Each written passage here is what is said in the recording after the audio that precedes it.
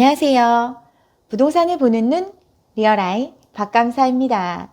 제가 장소가 바뀌는 이런 변화를 겪다 보니까 요즘 영상이 좀 뜸했습니다. 근데 그렇다고 떠나가시는 분들 많은 거 아니죠? 앞으로 열심히 할 테니까 자주 봐주시기 바랍니다. 오늘은 전세가 이야기를 한번 해보려고 합니다. 서울의 아파트 전세가율이 57.2%를 기록을 했는데 굉장히 낮은 수준이죠. 매매가 대비해서 전세가가 낮기 때문에 전세값이 내년에 급등할 우려가 있다고 기사가 요즘 솔솔 나오고 있어요. 매매가가 너무 올랐다고 하니까 보이는 착시 효과라고 볼 수 있는데, 그래도 집주인으로서는 전세가를 크게 올릴 이유가 충분히 있다고 하면서 세입자들을 불안하게 하고 있습니다. 큰 폭으로 올릴 이유, 갱신 청구권 때문에 부당하게 2년간 재산권을 침해당했고, 종부세 등 과세 부담이 커졌고, 또 대출이 규제되다 보니까 목돈 마련할 길이 없어서 이러한 여러 가지 이유를 봤을 때 전세가는 더 급등할 수밖에 없다고 그렇게 기사가 나오고 있어요.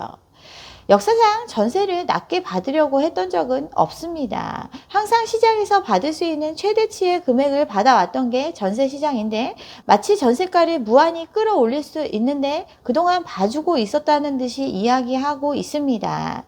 전세를 주로 이야기하는 이유, 다른 올릴 소재가 없을 때 주로 이야기를 합니다. 매매의 잠재 수요가 될 수 있는 게 바로 전세를 살고 있는 사람들이죠. 전세금만큼의 유동성을 갖고 있는 이 사람들이 지금같이 매매가 주춤하는 시기에 불안감을 느껴서라도 다시 시장으로 들어오게 하도록 이 소재를 많이 활용을 합니다. 실수요는 집사라 여전히 불안감을 자극을 하는 거죠.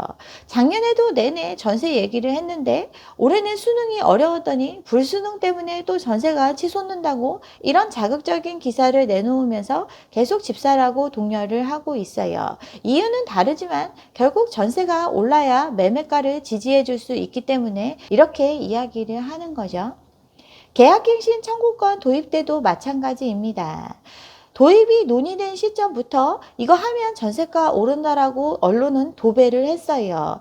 전월세 계약 기간 2년에서 4년으로 연장을 추진하니까 이렇게 되면 세입자한테 부담 줄 수 있다고 하면서 이거 하면 오른다고 언론은 계속 떠들어댔습니다. 그래서 이 제도가 도입되기 전에 집주인들이 임대료를 대폭 올려서 미리 올린다는 논리로 계속 이야기해온 게 전세시장입니다. 전세값이 보름 새에 1억이 쑥 올라갔고 갭 투자가 늘어서 매매 시장까지 들썩인다고 도입이 되고 나자마자 이러한 기사들을 쏟아냈어요. 전세값 천장이 안 보인다고 하면서 한 집 보는데 세입자가 10명씩 몰려서 집 보러 줄 서 있는 세입자 사진을 보도해 가면서 시작도 하기 전에 자기들이 얘기했던 게 맞고 그 결과가 이렇게 바로 나타나고 있다고 시장을 자극해 댔습니다. 음마가 전세 첫 10억을 찍었다고 이야기하면서 노후 아파트까지 전세 대란이 시작됐다고, 이 잘못된 정책 때문에 오히려 더 집값은 오른다고 이야기를 했죠.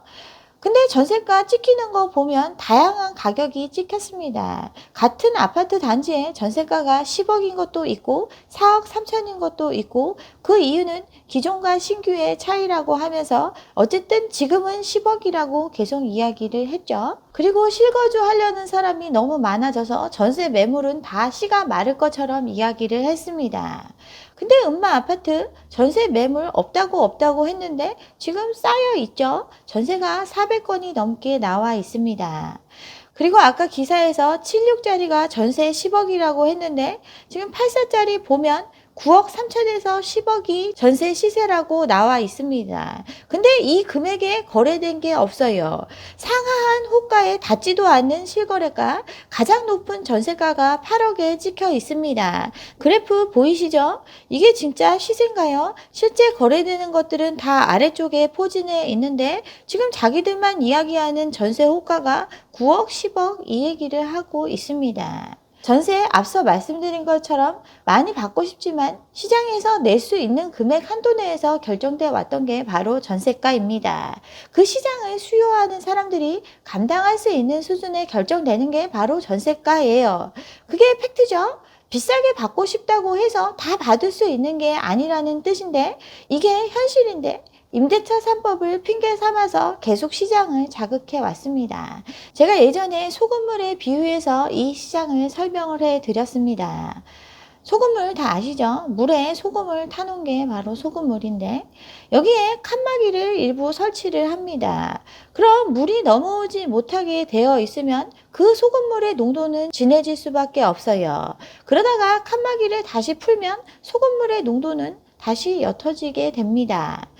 물은 전세를 놓을 수 있는 아파트라고 볼 수 있고 소금은 바로 전세금에 비유될 수 있습니다. 전세가가 바로 소금물의 농도죠. 전세를 놓을 수 있는 물량이 전부 다 막혀 버렸어요. 임대차법 도입으로 전세를 놓을 수 있는 아파트 양이 확 줄어들었죠. 거기에 신축 아파트의 경우 실거주 의무가 부과가 되면서 전세를 놓을 수 있는 아파트의 수가 굉장히 많이 줄어들었어요. 나올 물량이 없으니까 물은 줄어들고 여기에 전세금을 가지고 전세를 구하는 수요는 여전히 존재를 하죠. 그러니 비싸게 구할 수밖에 없는 상황이 됐습니다. 소금물의 농도가 진해지는 것처럼 이렇게 계약되는 건들은 높은 전세가의 계약을 체결할 수밖에 없었어요. 대부분이 갱신 청구를 통해서 연장이 돼서 시장에 안 나왔기 때문인 거죠. 임차인의 53%가 갱신 청구권을 사용을 했고 갱신 청구권을 안 쓰더라도 5% 이하의 인상률로 다시 계약한 경우가 10건 중에 7건에 해당이 됐습니다. 전세가가 2배나 올랐다고 하지만 2배에 체결된 계약은 극히 소수에 불과합니다. 이제 임대차법 때문에 잠겨있던 매물들이 내년부터 나오게 되죠. 시장에 나오지 못했던 물량들이 해제가 됩니다. 여기에 신규 아파트 입주는 계속되고 특히나 대출이 안 되는 상황, 돈은 필요한데 전세 말고는 해결책이 없는 시장이 됐어요. 예전에 제가 전세비가 쏟아진다고 했는데 이제 전세 폭우가 내릴 시점이 왔습니다. 거래가 아예 안 되고 있죠. 매물은 쌓이고 거래는 줄고 있는데 전세 시장 완전히 얼어붙어 버렸어요. 전세 안 나온다고 그렇게 했지만 잠겨있던 물량들 이제 시장에 나오고 있는 거죠. 서울의 전세 매물이 3만 건 예전 수준을 회복을 했는데 거래는 안 됩니다. 전세가가 많이 올랐다고 이야기하니까 부르는 호가는 높아져 있는데 그 시장을 감당할 사람들은 그만큼 돈이 없는 거죠. 그러니 거래로 이어지지 않고 있어요. 전세 거래 지난달에 절반 수준으로 떨어졌는데 평상시에 전세 오른다고 이야기할 때 가장 많이 가져다 쓰는 게 가을 이사철 피크를 찍어야 되는데 거래가 안 되죠. 전세뿐 아니라 매매도 거래가 안 됩니다. 11월 서울 거래 351건, 지난해 같은 기간에 비교해서 18분의 1 수준으로 아예 거래는 없어요.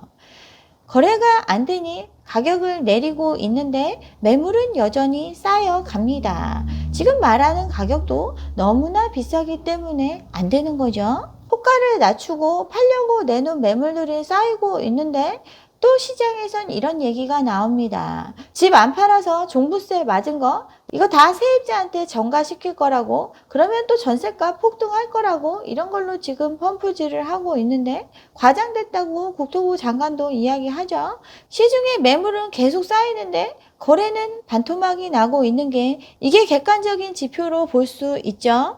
과거에 우린 똑같은 걸 경험을 했습니다. 집값이 굉장히 올랐다가 이후에 조정이 이루어지면서 하우스 푸어나 렌트 푸어 되는 사람들이 큰 문제가 됐었던 시점, 그때랑 비슷한 양상을 보이고 있죠.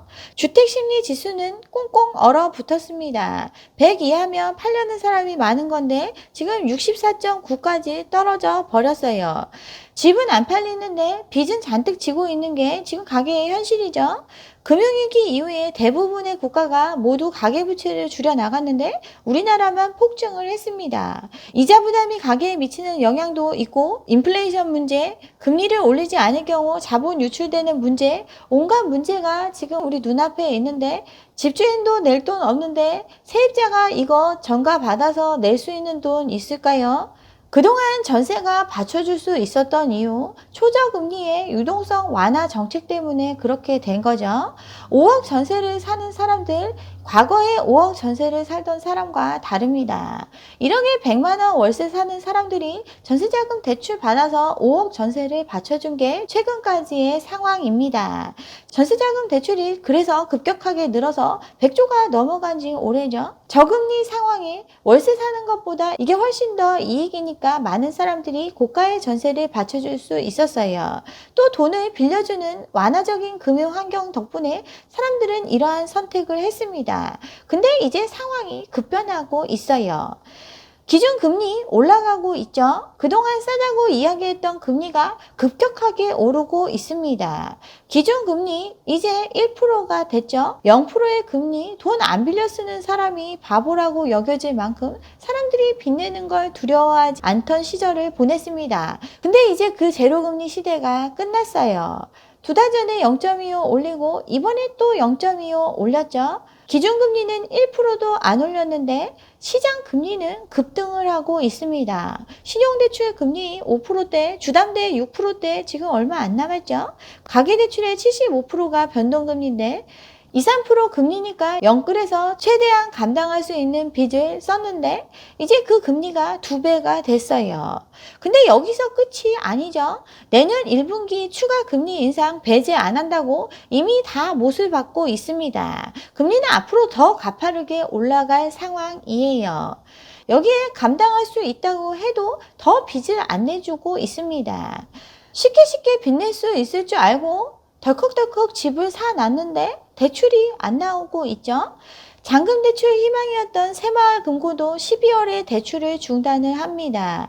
1금융권이 막히고 2금융권 중 그나마 싼 금리 새마을금고 이거 있었는데 이마저도 잠기고 있어요. 입주 예정자들 지금 노심초사하고 있죠. 올해 연말까지 9조 원이 넘는 잔금 대출이 취급이 돼야 되는데 이거 불투명한 상황입니다. 내년이라고 좋아질까요? 내년도 대출 한파가 예정되어 있죠. 올해 6에서 7%대 지키려고 했는데 그게 넘어가서 지금 대출이 다 중단되고 막 이런 건데 내년에는 4%에서 5%대 가계대출이 예정되어 있습니다. 더 돈을 안 빌려주는 시기가 왔어요. 초저금리에 빚내줄 테니까 집 사라고 하던 환경에서 이제 고금리에 대출을 안 해주는 환경으로 확 바뀌어가고 있습니다. 여기에 심사도 굉장히 까다롭죠. 소득을 따지고 DSR 규제를 받죠. 그래도 사람들 계속 빚낼 거니까 가계부채 대책 플랜 B 가동될 수밖에 없고 전세 대출도 예외가 아닙니다. 전세금을 받쳐줄 수요는 점점점 줄어들 수밖에 없습니다. 전세대출 받으려면 주택보증 받아야 되는데 1주택 9억 넘어가면 전세대출 못 받아요. 갭 껴놓고 사는 사람들 전세금 내줄 돈 마련할 길이 없죠. 전세는 계속 나올 수밖에 없습니다. 올라간 전세금을 받쳐줄 수요는 점점 줄어들 수밖에 없는데 전세금을 필요로 하는 집주인들은 훨씬 더 많아지고 있는 게 현실입니다. 갭투자 거래가 급증을 했죠. 4년 새에 3배가 늘어난 현실입니다. 17년도 9월에 갭투자 비율이 14.3%에서 올해 7월에 돼서는 40%가 넘어갔어요. 3배 가까이 갭투자 거래가 늘어났습니다. 그만큼 전세 끼고 집 산 사람들 많은데 이 사람들 전세 안 놓고 어떻게 이 돈을 마련해낼 수 있을까요? 올해 가격 급등했다고 경기 인천 아파트 그렇게 띄워댔는데 이거 2030이 많이 사들였죠. 막차라도 타자 하면서 영끌 갭 투자가 급증을 해서 경기 인천 이 지역의 가격을 띄웠는데 그러면서 30대가 큰손 됐고 MZ세대가 집주인인 경우가 많이 늘어났는데 이들이 투자한 금액 전세금의 20, 30%도 안 되는 돈으로 집을 샀죠.